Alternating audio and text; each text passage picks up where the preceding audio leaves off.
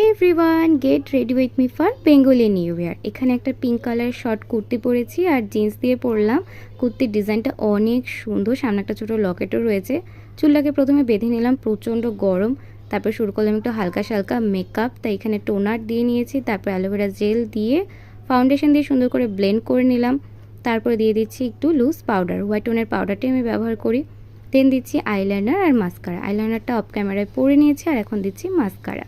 লিপস্টিকটা ফার্স্টে লাইট একটা শেড দিয়েছিলাম, কিন্তু খুব একটা ভালো লাগেনি, পরে একটু ডার্ক করে দিলাম। এখন দিয়ে নিলাম পারফিউম দিতে আমার বেশ ভালো লাগে। এখন চুলটার একটা ব্যবস্থা করতে হবে। চুল ছাড়া রাখতে আমার বেশ ভালো লাগে, আর যে কোনো ড্রেসের সাথে কিন্তু বেশ সুন্দর যায় চুল ছাড়া রাখলে। বাট বাইরে প্রচণ্ড গরম, তো ইচ্ছা থাকলেও ছাড়তে পারবো না। বাট এভাবে দেখতে বেশ ভালো লাগছিল।